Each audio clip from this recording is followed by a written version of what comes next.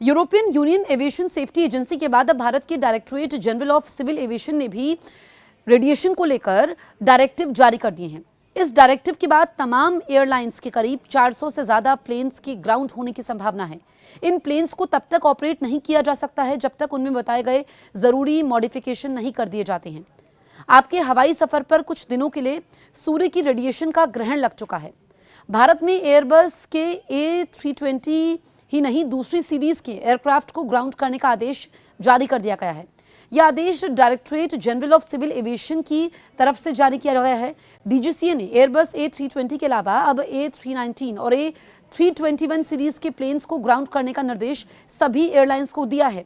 Ground किए गए aircraft में यहाँ पर नियो सीरीज के एयरक्राफ्ट भी शामिल हैं।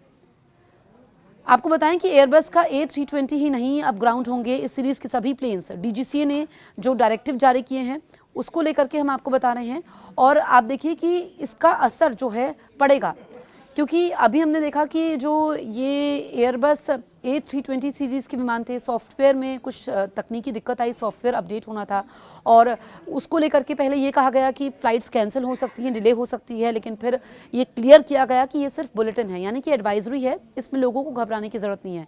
लेकिन जो एयर इंडिया विमान क्रैश हुआ था उसके बाद हम देख रहे हैं कि तमाम मेजर्स उठाए जा रहे हैं ताकि यहाँ पर कोई भी कोताही ना बरती जाए और ज़रूरी मॉडिफिकेशंस करने होंगे। डीजीसीए के जो अनुसार जो यहाँ पर निर्देश दिए गए हैं उसमें ये बताया गया है कि किस तरीके से इस एडवाइजरी को फॉलो करना है। डीजीसीए के अनुसार एयरबस के प्लेन्स में मैंडेटरी मॉडिफिकेशन के लिए यहाँ पर एडी जारी किया गया है। इस डायरेक्टिव में ATA 27 के तहत एलिवेटेड एंड एल्ड्रॉइन कंप्यूटर यानी कि ELAC को तत्काल प्रभाव से बदलना अनिवार्य कर दिया गया है। ये कदम बीते दिनों हाई फ्रीक्वेंसी वाले सोलर रेडिएशन के कारण एलिवेटर एंड एलरॉन कंप्यूटर में आए सिग्नल इवेंट इफेक्ट्स की बढ़ती घटनाओं को देखते हुए उठाया गया है।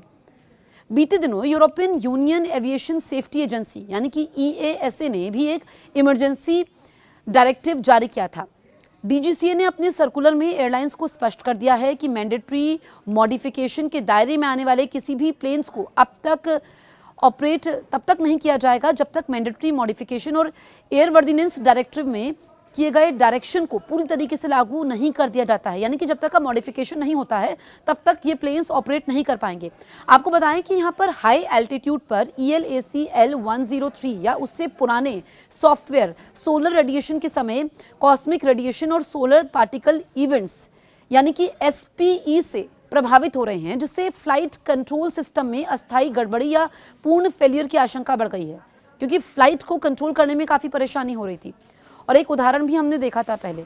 तो यूरोपीय union aviation safety agency EASA ने इसी आधार पर एक एयरवर्दिनेंस डायरेक्टिव जारी किया था, जिसे डीजीसीए ने अब भारतीय रजिस्टर्ड सभी A320 320 परिवार के विमानों पर लागू कर दिया है। डीजीसीए के डायरेक्टिव के बाद A319 और A319 से 173N तक ये सभी जो विमान हैं ये मॉडिफाई होंगे। इसके जितने भी वेरिएंट्स हैं वो प्लेन्स प्रभावित होंगे। आपको बताएं कि भारत में इंडिगो, एयर इंडिया और एयर इंडिया एक्सप्रेस की फ्लाइट्स में इन सीरीज़ के 400 से अधिक प्लेन्स हैं। सूत्रों की माने तो इंडिगो के पास इस वक्त 300 से ज़्यादा A20, A321 नियो विमान हैं, जिसमें से अधिकांश में नया ELAC L115 या उससे ऊपर का स्टैंडर्ड अभी तक नहीं लगा है। रिपोर्ट्स के अनुसार सूर्य से निकलने वाला high energy proton semiconductor chips में बिट फ्लिप या फिर लैचअप का कारण बन सकते हैं। पुराने ELAC सॉफ्टवेयर L102 या L103 में इस तरह के सिग्नल इवेंट इफेक्ट को लेकर पर्याप्त शील्डिंग या मिटिगेशन नहीं है। और 2024-25 में सोलर साइकिल 25 के पीक के समय कई घटनाएं दर्ज की गई, जिसमें अचानक से रोल आइसोलेशन, ऑटो पायलट डिसकंडक्ट के साथ ही ELAC यहाँ पर रीसेट होना इसमें शामिल है। तो ऐसे में जो गड़बड़ियाँ थी उसको दुरुस्त करना बहुत ज़रूरी हो जाता है। इसी वजह से आप देखिए कि यहाँ पर आगे कोई हादसा ना हो, और EASA और एयरबस ने इसे अब इस श्रेणी में रखा है जिनको मॉडिफाई किया जा सके, और यहाँ पर सल्यूशन निकालना होगा, इस खतरे से पार पाना होगा। इसी वजह से ELAC L115 या उससे ऊपर सॉफ्टवेयर और हार्डवेयर से निपटा जा सकता है। इसमें बेहतर रेडिएशन और ट्रिपल रिंडेट की अगर हम बात करें, वोटिंग सिस्टम की बात करें, सी डिटेक्शन की बात करें, ऑटो रिकवरी की बात करें, ये फीचर्स लगाए गए हैं। इसके अलावा कुछ प्लेन्स में ELAC के साथ ही फ्लाइट ऑगमेंटेशन कंप्यूटर यानी कि FAC को भी अपडेट करना होगा।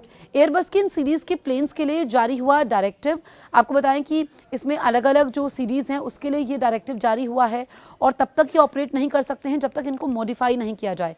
ऐसे में दिक्कतें यहाँ पर हो सकती हैं क्योंकि जो इस सीरीज़ के विमान हैं वो इंडिगो के पास हैं, एयर इंडिया के पास हैं, और इंडिगो की अगर हम बात करें तो सबसे ज़्यादा 300 विमान हैं। ऐसे में उड़ानों पर असर पड़ सकता है। इसके बारे में और जानकारियाँ सामने आएंगी।